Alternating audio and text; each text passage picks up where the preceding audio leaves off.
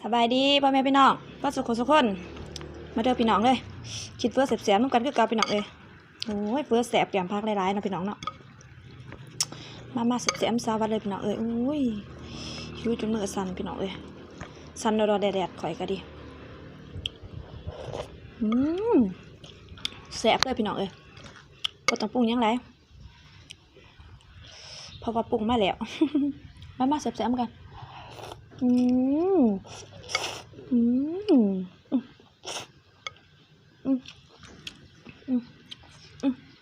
มีลมพี่น้อง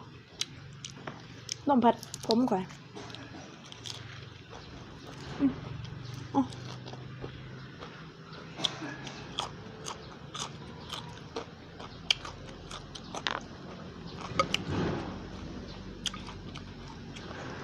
ตัวเสียบพี่น้อง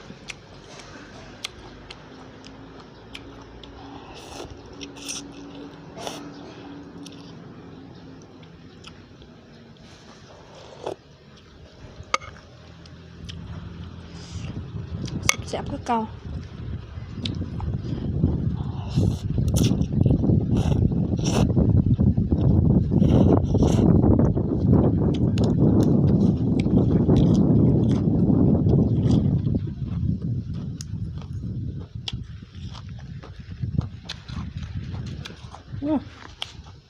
มาเด้อ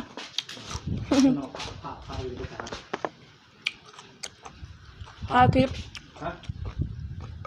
มา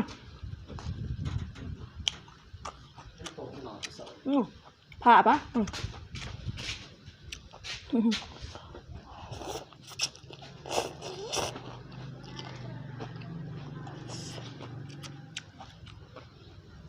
แซ่บพี่น้อง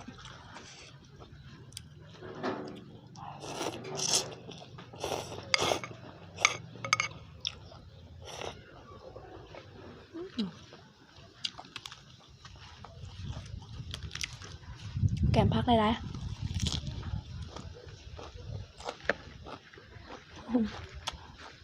พี่อายทำครับผ่าเอาป่ะพี่น้องข้าวจะกิน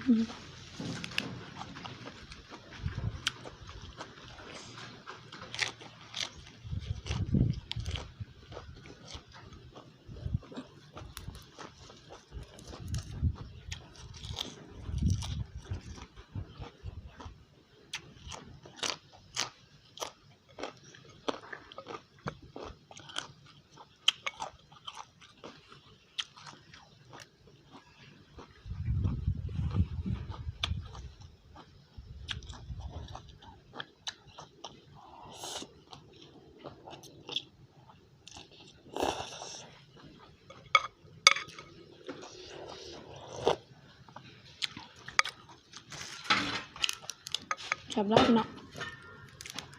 มีแต่เฟ้อเท่านั้นแหละเฮ็ดให้ข่อยกินพักหลายๆ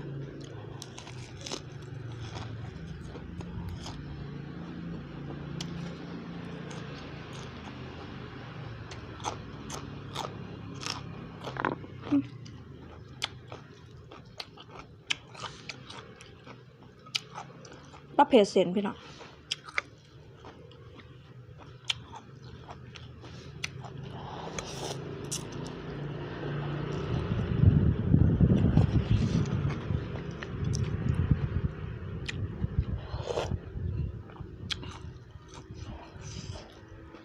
เป็นน้ำไอตัว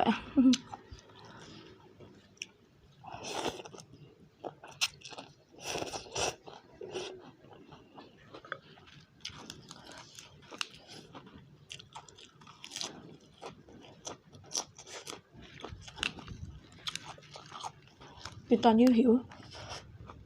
แซ่บพี่น้อง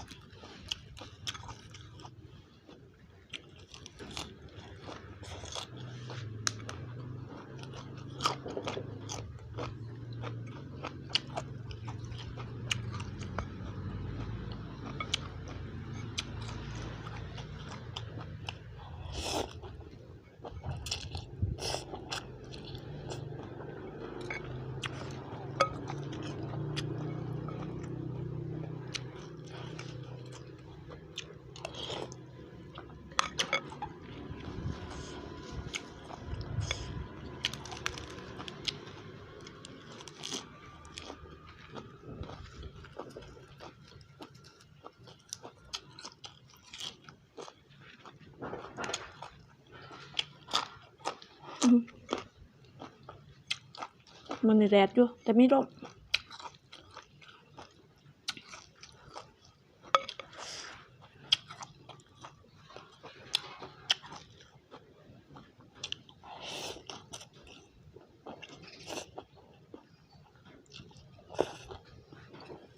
ร่มน้อยหนึ่งคือเนาะผ่านมาเป็นเทือ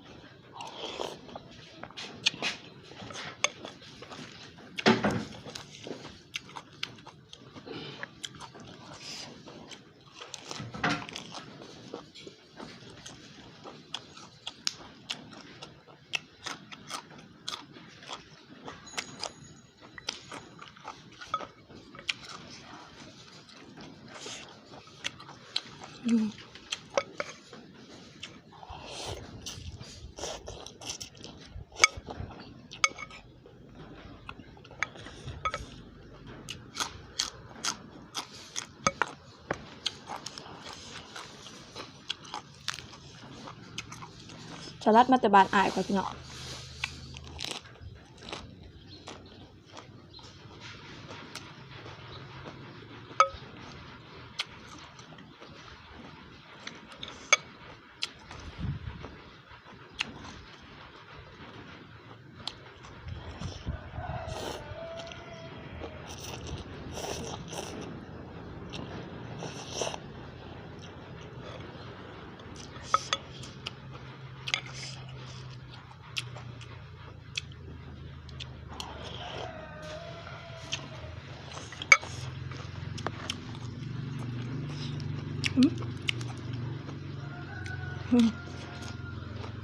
ปมน้ำทองวะ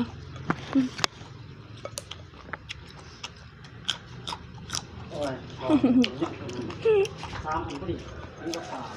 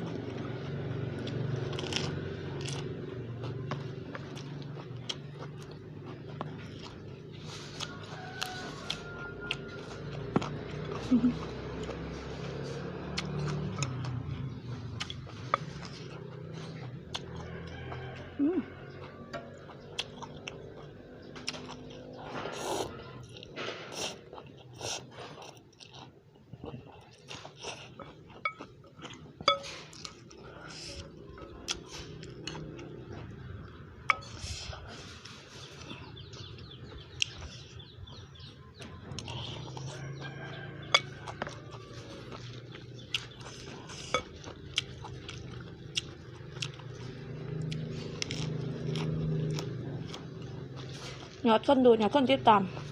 จะไม่เป็นจะถอนนะพี่น้อง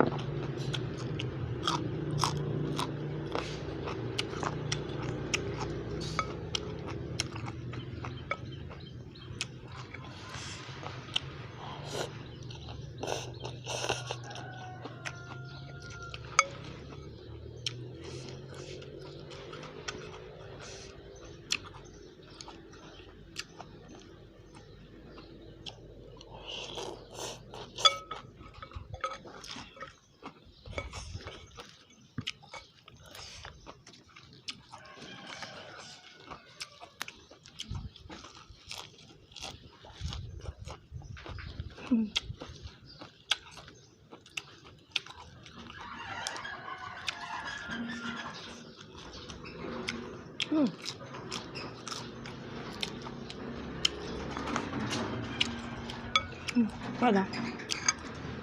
พี่อายค่ะเฮ็ดเบียกตากแดด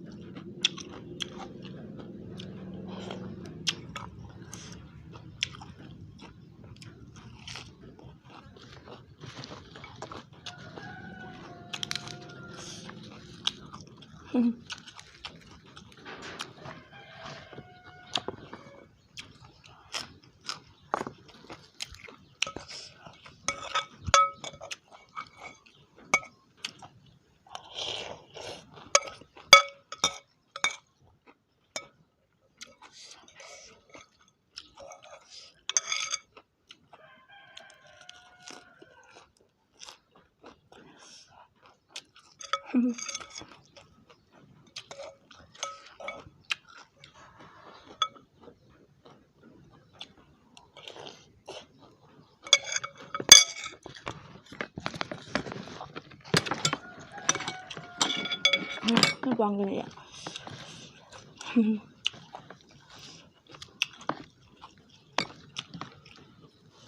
พักถาดหนึ่งพี่เนาะกินให้เบิด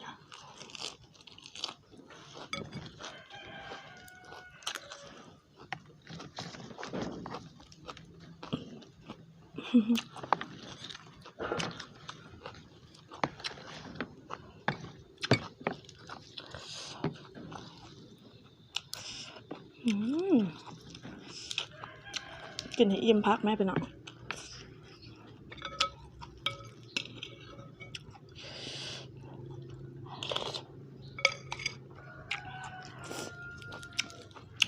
คำยังไงครับสุดท้าย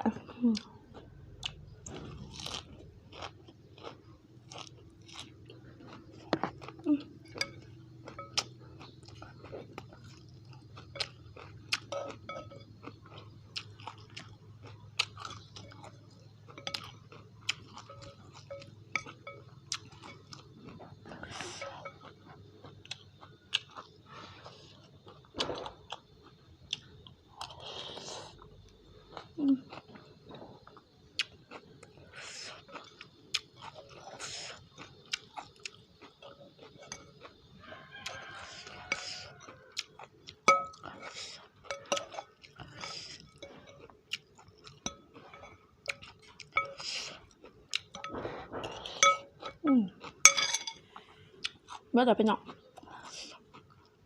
ขอขอบใจหลายเด้อเมื่อจะกลับมาบังคับติดตามจนจบคลิปไปเนาะฝากกดติดตามกดไลค์กดแชร์ในด้วยพี่เนาะแล้วก่อนพี่เนาะบ๊ายบาย